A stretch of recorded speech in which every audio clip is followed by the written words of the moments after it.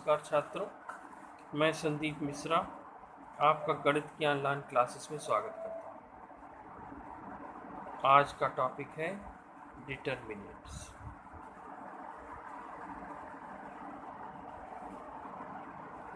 Determinants जिसे हिंदी में सारणिक कहा जाता है।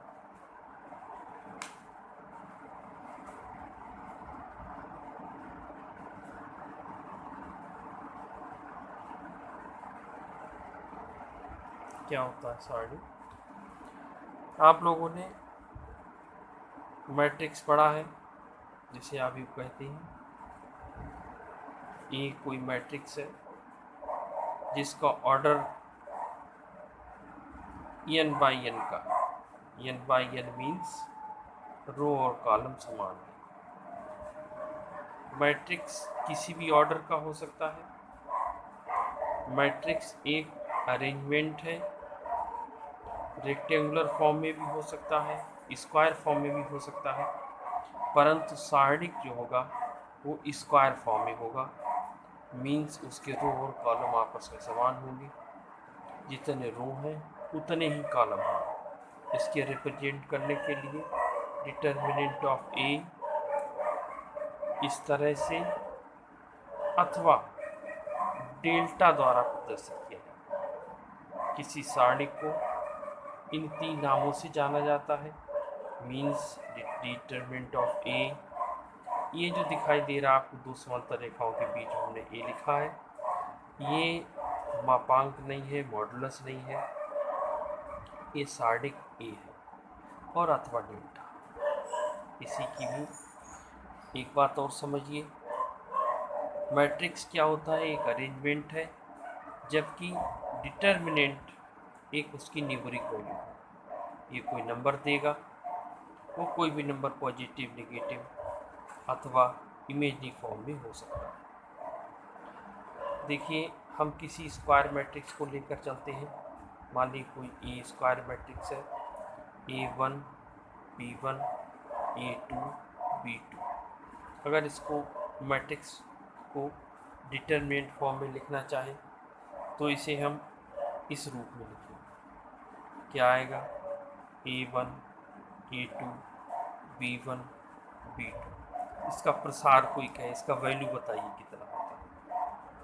तो कुछ नहीं करना है, क्रॉस मल्टीप्लिकेशन करना है। इसका मल्टीप्लाई इससे और माइनस इसका मल्टीप्लाई इससे, तो आएगा A1 B2 minus A2 B1। किसी भी मैट्रिक्स के ये जो लिखे होते हैं इसके टर्म होते हैं, इसके एलिमेंट्स होते हैं, अर्थात A1 B1 A2 B2 इसके एलिमेंट्स हैं। जबकि A1 B2 और A2 B1 इसके टर्म हैं, इसके पद हैं। स्क्वायर जो मैट्रिक्स है ये सारणिक होगा। यहाँ पर हमने जो एग्जाम्पल लिया है वो 2/2 का लिया है।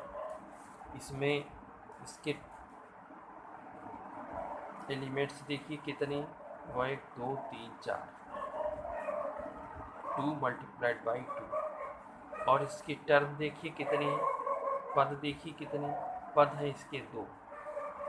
अर्थात किसी भी मैट्रिक्स के जो एलिमेंट्स होते हैं, अगर उसका ऑर्डर n/n है तो उसके जो नंबर ऑफ एलिमेंट्स होंगे वो n स्क्वायर होंगे, और इसके जो पद होंगे वो फैक्टोरियल हैं। ध्यान रखना दो बातें। n स्क्वायर क्या होगा? n स्क्वायर होगा इसके अवयवों की संख्या, अवयवों की संख्या, अवयवों की संख्या। जबकि फैक्टोरियल n जो होंगे इसमें पद होंगे n/n के डिटर्मिनेंट्स में। आगे देखो, अब कोई b लेते हैं, जो हम लेंगे 3/3 का। A1 B1 C1 A2 B2 C2 A3 B3 C3। इसके सारणिक का वैल्यू कैलकुलेट करके बताना।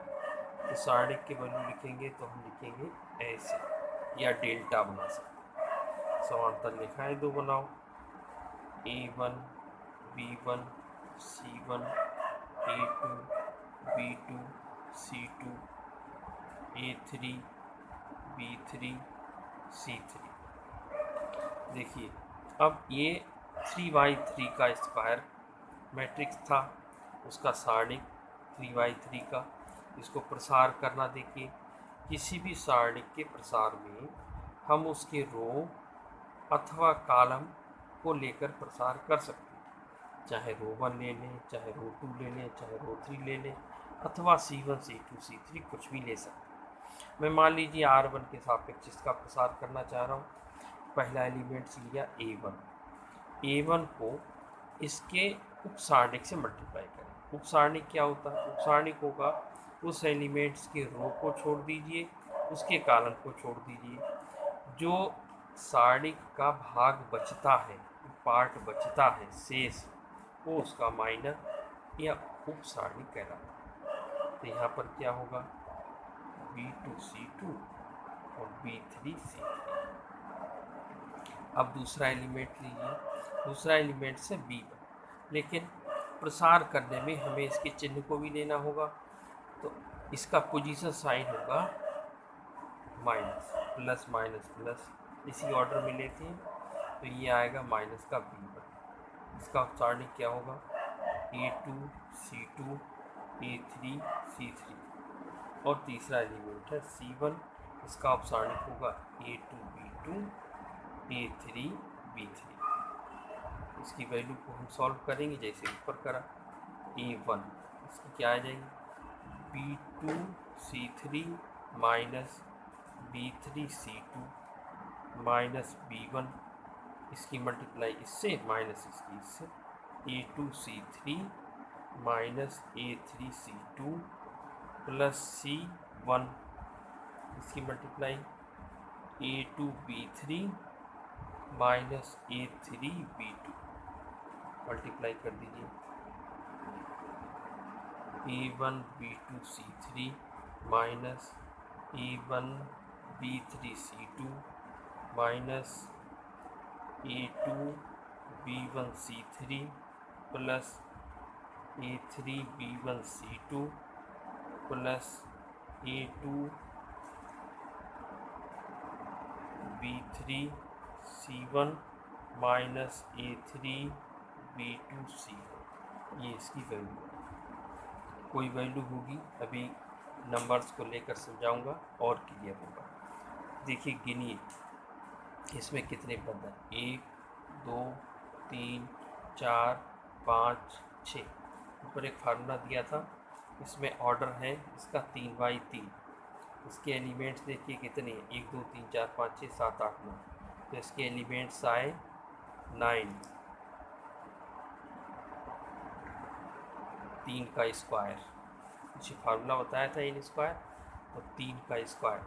और इसके जो टर्म थे, पद हैं, पद हमने आपको बताए थे फैक्टोरियल n, फैक्टोरियल n बराबर यहाँ 3 है, तो फैक्टोरियल 3, फैक्टोरियल 3 का वैल्यू क्या होता है 6। आपने काउंट करें, इसके पद हो गए 6। आगे इसके एग्जाम्पल को समझाता हूँ अगले वीडियो में।